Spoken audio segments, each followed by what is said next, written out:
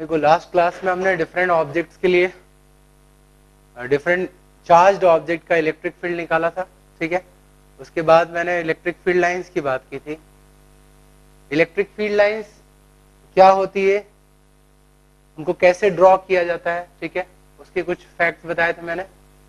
अब दो सिस्टम ले रहा हूं मैं, उनके लिए इलेक्ट्रिक फील्ड लाइंस का पैटर्न हमें ड्रॉ करना है।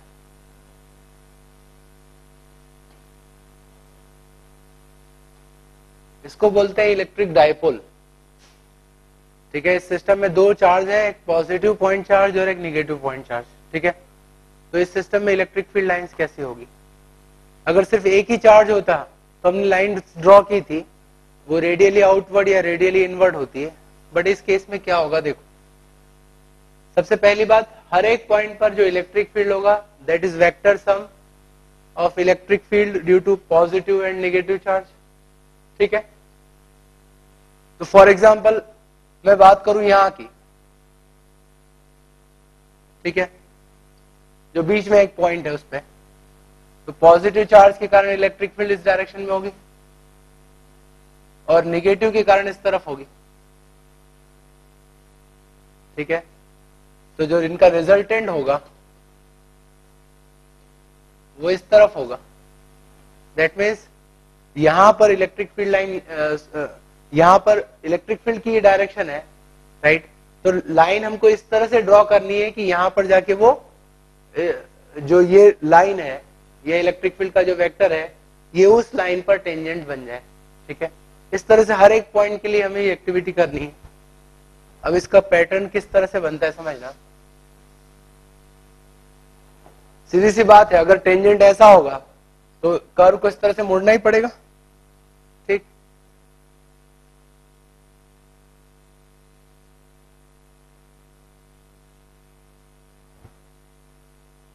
ठीक है ना, इस तरह की लाइंस बनती है।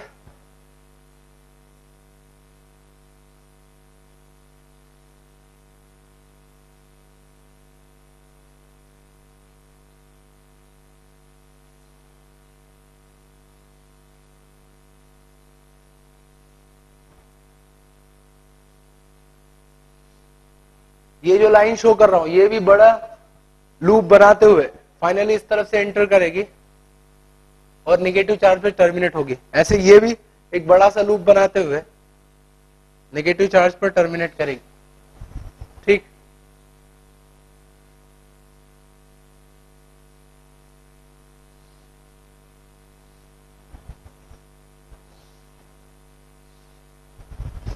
तो इस तरह का इलेक्ट्रिक फील्ड का पैटर्न होता है।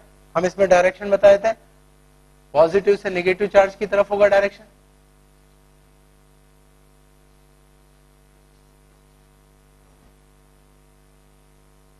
और इस तरफ एंटर कर रही।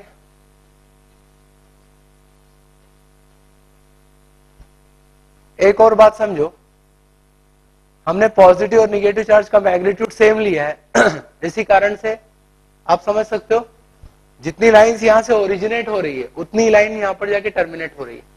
अगर इन दोनों में डिफरेंस होता मैग्नीट्यूड में तो उस केस में नंबर ऑफ लाइंस में भी डिफरेंस आता, ठीक। तो इस तरह का इलेक्ट्रिक फील्ड पैटर्न होगा। तो आप समझ सकते हो ये टेंजेंट शो कर रहा है कि यहां पर जाके इलेक्ट्रिक फील्ड का वेक्टर पैरेलल हो जाएगा दोनों के इफेक्ट के कारण, राइट। इसके अलावा दिख रहा है कि यहाँ पे इलेक्ट्रिक फील्ड लाइंस की डेंसिटी ज्यादा है, क्लोज है। इसका मतलब यहाँ पे इलेक्ट्रिक फील्ड ग्रेटर है, यहां भी इलेक्ट्रिक फील्ड ग्रेटर है। दूर जाएंगे तो इलेक्ट्रिक फील्ड कम हो जाएगा, ठीक।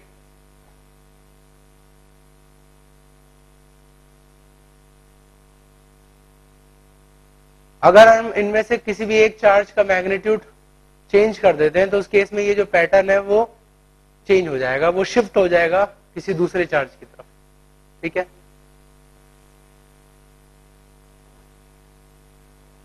अच्छा, एक और बात समझ, ये पैटर्न सिर्फ 2 डायमेंशनल नहीं है, 3D है, राइट। क्योंकि फील्ड बाहर भी होगा, तो ये जैसे ये लाइन बनाई हमने, ऐसी ऐसी लाइन भी होगी, बाहर आती हुई लाइन भी होगी, ऐसे इसके पीछे भी होगी, राइट। तो आप इसको एक्सिस मानते हुए इसको घुमा दो पूरे पैटर्न को, मतलब पूरा 3 डायमेंशनल पैटर्न भी ऐसे ही होगा, सभी तरफ लाइंस जा रही होंगी, राइट। फील्ड का पैटर्न सिर्फ 2D नहीं है, 3D है।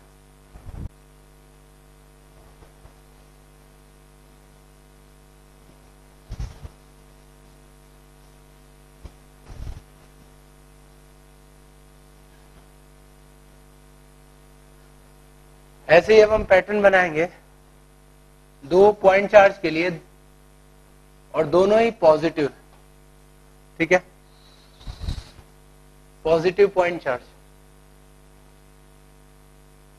अब इस केस में भी हर पॉइंट पर इलेक्ट्रिक फील्ड दोनों का निकालेंगे और वेक्टर सम करेंगे। अगेन मैं इस इक्वेटोरियल लाइन की बात करूं, यहां पर इस पॉजिटिव चार्ज के कारण इलेक्ट्रिक फील्ड बाहर की तरफ होगा, ऐसे इस पॉजिटिव चार्ज के कारण इलेक्ट्रिक फील्ड बाहर की तरफ होगा, राइट। तो रिजल्टेंट इलेक्ट्रिक फील्ड के लिए दोनों का वेक्टर सम करना होगा, तो रिजल्टेंट इलेक्ट्रिक फील्ड इधर होगा। तो इलेक्ट्रिक फील्ड इधर है, मतलब जो कर्व है वो इस तरह से होना चाहिए कि ये लाइन उस कर्व पे टेंजेंट हो जाए।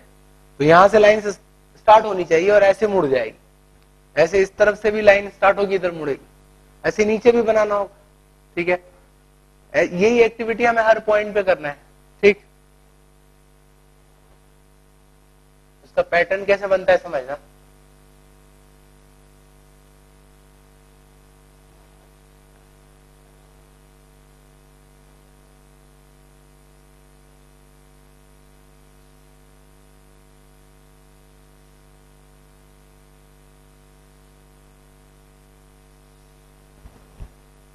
ठीक है, अब ये लाइन कहां जाएगी, डेफिनेटली ये प्लस है, तो लाइन इस पर जाके टर्मिनेट नहीं हो सकती क्योंकि ये भी प्लस है, तो ये फाइनली जाके निगेटिव चार्ज पर जाएगा।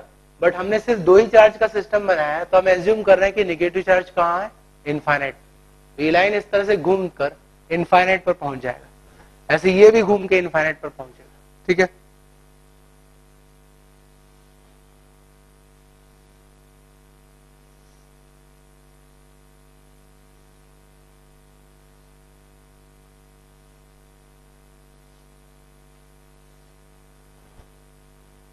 ठीक, तो ऐसे ही लाइन इस तरफ भी बनानी है।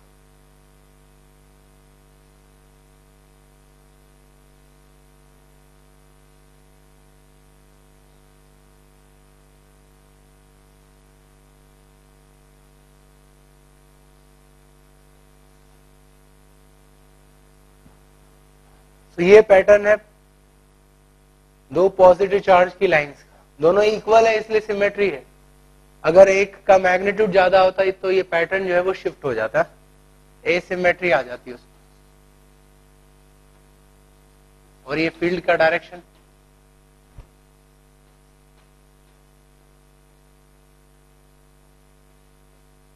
अगेन इसको देखकर लग रहा है कि चार्ज के पास में तो डेंसिटी ज्यादा है लाइंस की, मतलब इलेक्ट्रिक फील्ड का मैग्नीट्यूड ज्यादा होना चाहिए। अब देखो ये स्पेस जो है खाली एक तरह से, मतलब यहाँ पर इलेक्ट्रिक फील्ड का मैग्नीट्यूड बहुत कम है।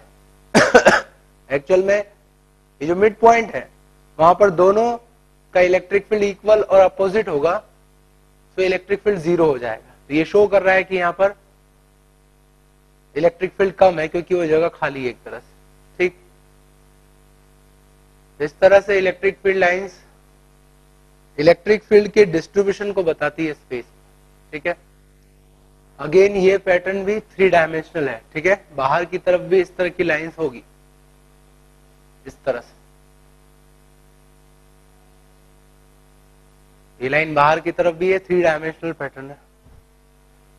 देखो एक और एग्जाम्पल ले रहा हूं मैं, ठीक, उसे समझना।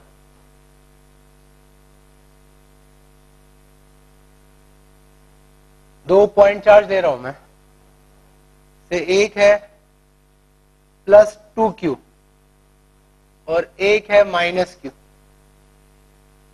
ठीक। ये जो है +2q है और ये -q है, ठीक। अब दोनों के लिए इलेक्ट्रिक फील्ड लाइंस कैसी होंगी,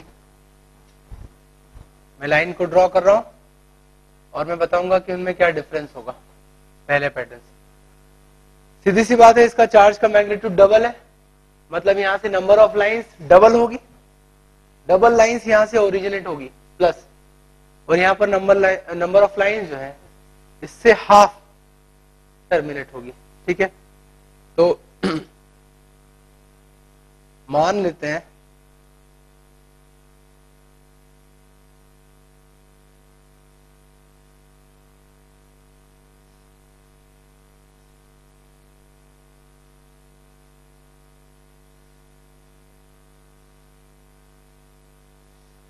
कि इससे 8 लाइंस ओरिजिनेट हो रही है, तो यहां पर कितनी टर्मिनेट होनी चाहिए? रूल से यहां पर 4 लाइंस टर्मिनेट होनी चाहिए, क्योंकि इसका मैग्नीट्यूड जो है चार्ज का उससे हाफ। ठीक है, तो 4 लाइंस को मैं टर्मिनेट कर देता हूं।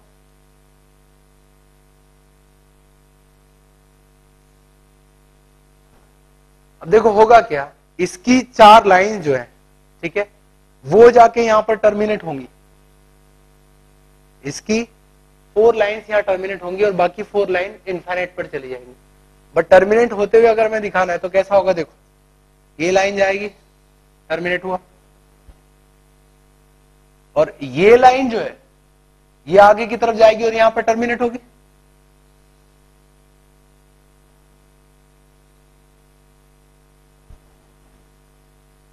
अब आप समझ रहे हो सिमेट्री नहीं है।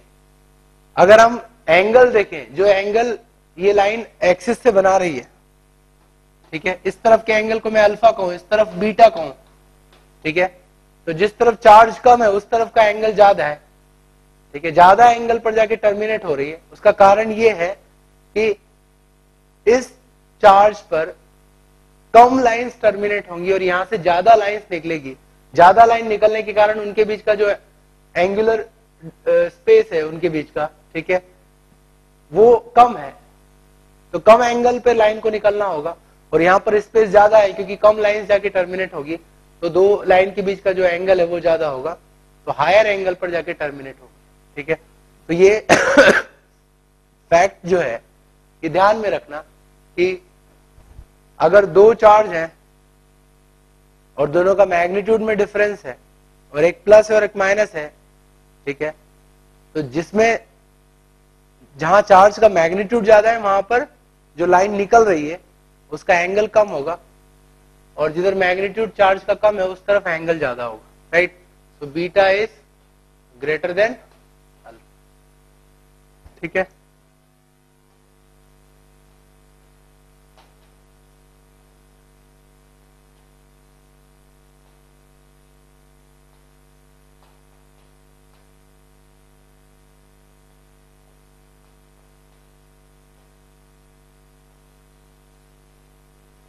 Motion of charge particle in electric field. ठीक है, अगर इलेक्ट्रिक फील्ड में किसी चार्ज पार्टिकल को रखेंगे तो उस पर इलेक्ट्रिक फोर्स लगेगा, और उस फोर्स के कारण चार्ज पार्टिकल जो है उसका मोशन इन्फ्लुएंस्ड होगा। ठीक है, डिपेंड करेगा कि शुरुआत कैसे हो रही है उसके मोशन की। राइट, सो इन इलेक्ट्रिक फील्ड मान लो ये चार्ज पार्टिकल रखा है, राइट, चार्ज है Q और ये इलेक्ट्रिक फील्ड है, तो इस केस में फोर्स लगेगा इस पे, चार्ज इनटू इलेक्ट्रिक फील्ड, ये हम जानते हैं। अगर चार्ज पॉजिटिव है तो फील्ड की डायरेक्शन में ही फोर्स लगेगा, और चार्ज नेगेटिव है तो अपोजिट डायरेक्शन में फोर्स लगेगा। ठीक, अब समझना बहुत से केसेस हो सकते हैं, कुछ स्पेशल केस ही मैं अभी डिस्कस करूंगा।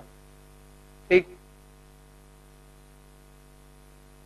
मैं पहला केस ले रहा हूं when electric field is uniform.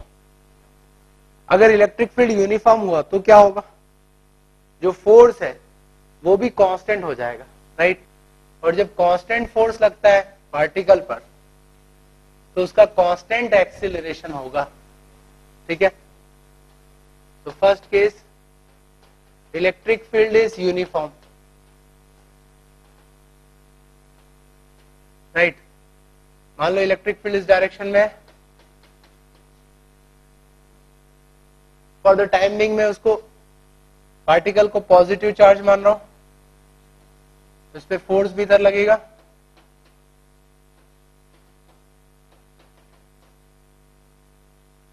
से उसका मास m है। So acceleration of particle is force by मास।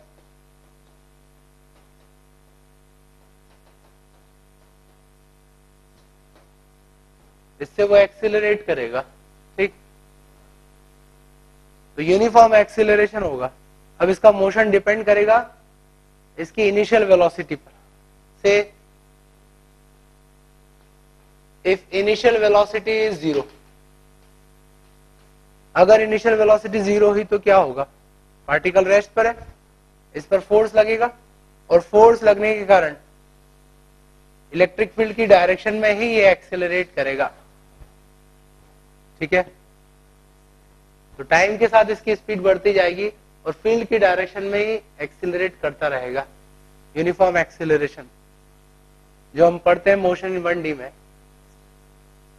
वो सारे यूनिफॉर्म एक्सेलरेशन की इक्वेशन यहाँ एप्लीकेबल होगी, राइट। सेकंड केस, अगर इसको लॉन्च कर दिया जाए, ठीक, तो लॉन्च करने के भी दो केस हो सकते हैं। अगर सेम डायरेक्शन में इसकी इनिशियल वेलोसिटी है फील्ड के, तो क्या होगा, तो अगेन इसकी स्पीड बढ़ती रहेगी। और अगर हमने अपोजिट डायरेक्शन में लॉन्च किया तो क्या होगा, अब इसको थ्रो इस तरफ किया है हमने, इलेक्ट्रिक फोर्स किधर लगेगा, इस डायरेक्शन में, तो पहले इसका रिटार्डेशन होगा, स्पीड कम होगी और फिर एक समय पर स्पीड 0 होगी और फिर ये वापस आने लगेगा और अपोजिट डायरेक्शन में इसका एक्सीलरेशन होने के कारण स्पीड बढ़ती जाएगी। ये केस ऐसे ही जैसे चौक को मैं ऊपर फेंकूं तो ऊपर जाते वक्त इसकी स्पीड कम होती जाती है, 0 होती है और फिर वापस नीचे आते समय इसकी स्पीड बढ़ती है। बिल्कुल वैसे ये चार्ज पार्टिकल आगे जाएगा, स्पीड कम होगी, फिर फाइनली एक्सीलरेट करता हुआ वापस आएगा, ठीक है ना।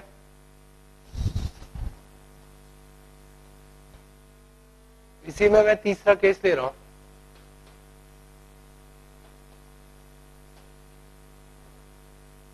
इलेक्ट्रिक फील्ड इधर है, फोर्स इधर लगेगा। अगर पार्टिकल को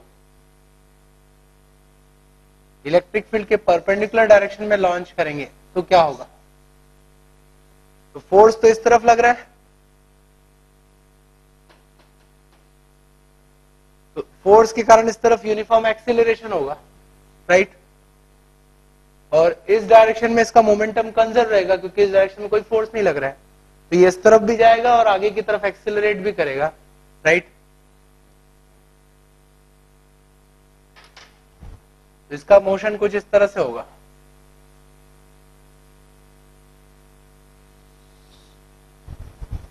ठीक है। पैराबोलिक पाथ में इसका मोशन होगा,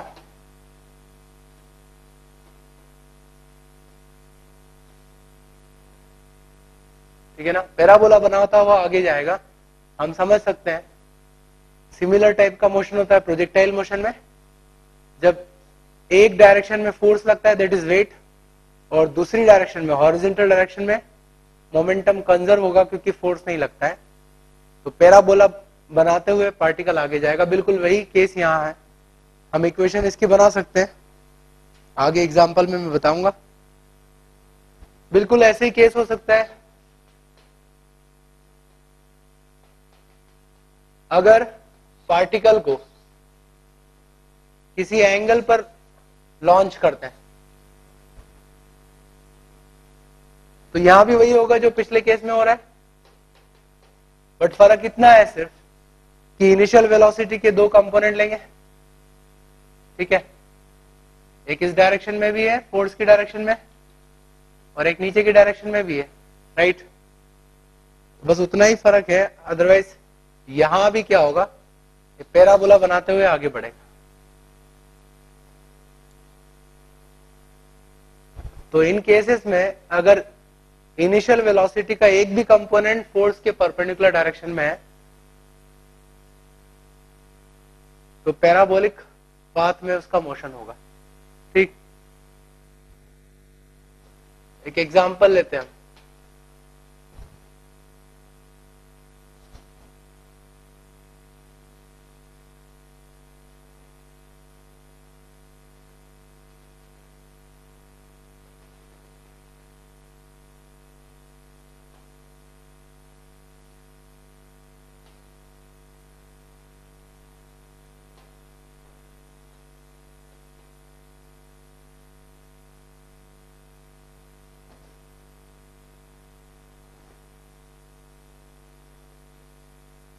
समझना, दो प्लेट्स हैं, प्लेट की लेंथ L है और उनके बीच की सेपरेशन है A, ठीक। प्लेट्स के बीच में uniform electric field E setup कर दिया हमने। Uniform electric field E is setup in downward direction, ठीक है। प्लेट में ही है यूनिफॉर्म इलेक्ट्रिक फील्ड, इसके बाहर नहीं है, राइट। अब यहां पर एक एंड पर मिड पॉइंट से हमने एक निगेटिव चार्ज के पार्टिकल को लॉन्च किया। तो चार्ज उस पे -q और इसका मास है स्मॉल m, ठीक। इसको लॉन्च किया विद स्पीड u। अब इसका मोशन कैसा होना चाहिए बताओ? इस तरफ लॉन्च किया, क्या ये सीधा जाएगा? सीधा नहीं जाएगा, क्योंकि इस पे इलेक्ट्रिक फोर्स अपोजिट डायरेक्शन में लगेगा। अभी इस को इग्नोर करना है, ठीक है। इलेक्ट्रिक फोर्स ऊपर लगेगा, सो बिकॉज ऑफ दैट ये इस तरह से इस तरफ डिवेट होगा। आपको बताना है what should be minimum speed of launching so that the particle does not hit the plate. What should be minimum speed of launching so that particle does not hit the plate. Ignore the gravitational force, take only electric